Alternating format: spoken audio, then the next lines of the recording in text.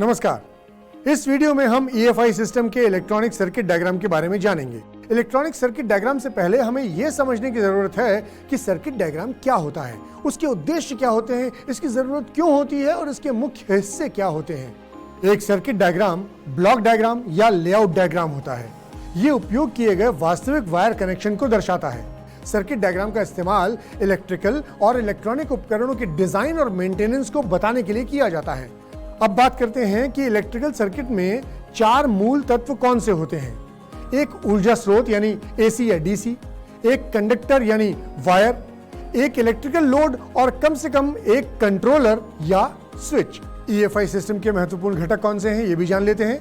ECU यानी engine control unit. अब जैसा कि नाम से पता चलता है, ये इंजन की सभी जरूरतों, उनकी प्राथमिकताओं और उनके क्रियान्वयन को मैनेज करता है।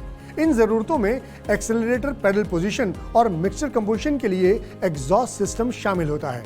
अगली बात आती है सेंसर की। एक सेंसर फिजिकल एट्रीब्यूट को इलेक्ट्रिक सिग्नल में बदलता है। एक्चुएटर्स, ये एक्चुएटर इलेक्ट्रिकल सिग्नल को फिजिकल एक्शन में बदलता है। सोलेनॉइड वाल्व कंट्रोल यूनिट होते हैं।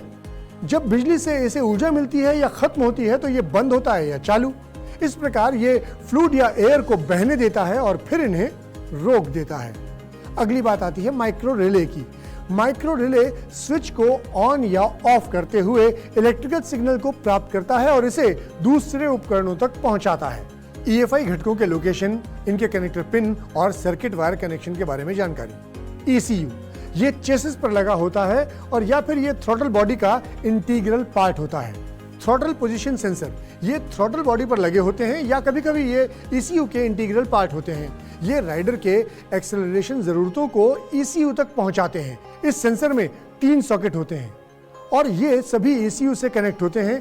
एक ECU से इनपुट सप्लाई के लिए होता है, दूसरा सेंसर से ECU पर आउटपुट सिग्नल के लिए होता है और तीसरा ग्राउंड सिग्नल होता है। मैनिफोल्ड एब्सोल्यूट सेंसर, ये इंटेक्ट मैनिफोल्ड पर लगा होता है और कभी कभी ये ECU का इंटीग्रल पार्ट होता है। ये ECU को मैनिफोल्ड का एब्सोल्यूट प्रेशर बताता है। इस सेंसर पर 3 सॉकेट पिन होते हैं और सभी ECU से कनेक्ट होते हैं।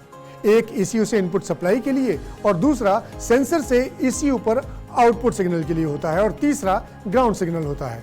इंटेक एयर टेम्परेचर सेंसर, ये एयर क्लीनर बॉक्स पर लगा होता है और कभी कभी ये ECU का इंटीग्रल पार्ट होता है। ये ECU को इंटेक एयर टेम्परेचर के बारे में बताता है।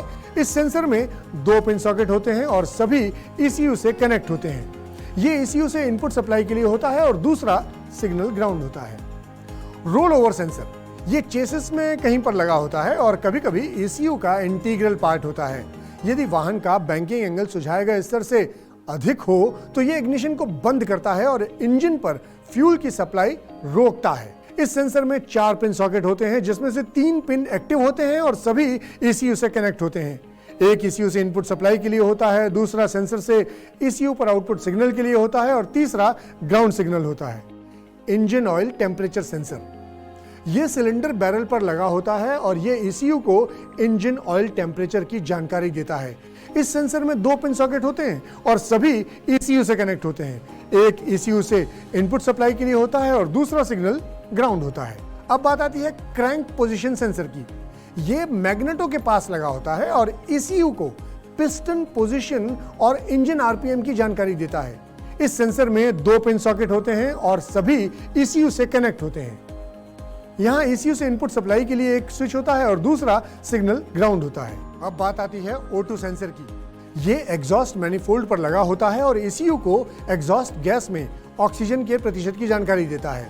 इस सेंसर में 4 पिन सॉकेट होते हैं, 2 वायर सिग्नल के लिए ECU से कनेक्ट होते हैं और 2 वायर O2 सेंसर हीटर से कनेक्ट होते हैं और इसमें बैटरी वोल्टेज होता है।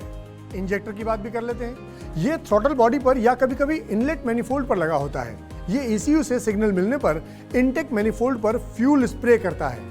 इस एक्चुएटर में 2 पिन सॉकेट होते हैं। पहला ECU से कनेक्ट होता है और दूसरा किल स्विच से मेन सप्लाई के लिए होता है। अब बात आती है फ्यूल पंप की। ये फ्यूल टैंक पर लगा होता है और जब इग्निशन ऑन होता है तो सिस्टम में पेट्रोल सप्लाई करता है और इसे ECU से सप्लाई प्राप्त होती है।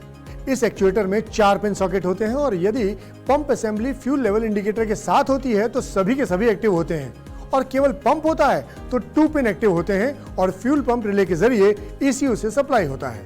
अगली बात है आइडल एयर कंट्रोल वाल्व की। ये ECU का इंटीग्रल पार्ट होता है या फिर थ्रॉटल बॉडी का हिस्सा हो सकता है। ये आइडल स्पीड को मेंटेन करता है।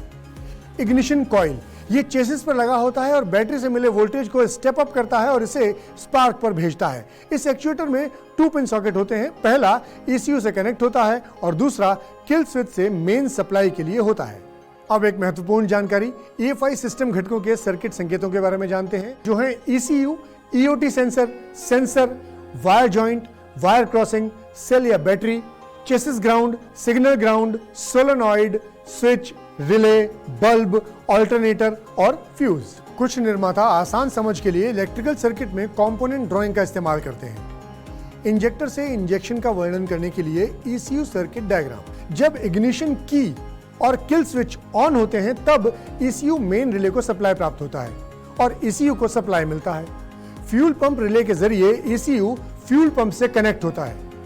पंप 2 से 3 सेकंड में काम करना शुरू कर देता है और ये फ्यूल पाइपलाइन में फ्यूल को भेजता है और पाइपलाइन में सुझाए गए प्रेशर को मेंटेन करता है।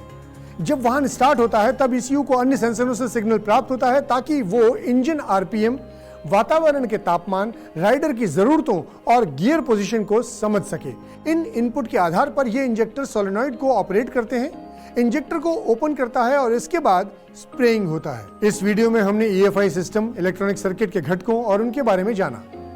वीडियो में बताया गया सर्विस प्रोसीजर, टेस्ट वैल्यू और स्पेसिफिकेशन केवल रेफरेंस के लिए हैं। वाहन की सर्विसिंग करने के दौरान निर्माता की सिफारिशों को मानने की सलाह दी जाती है। धन्यवाद।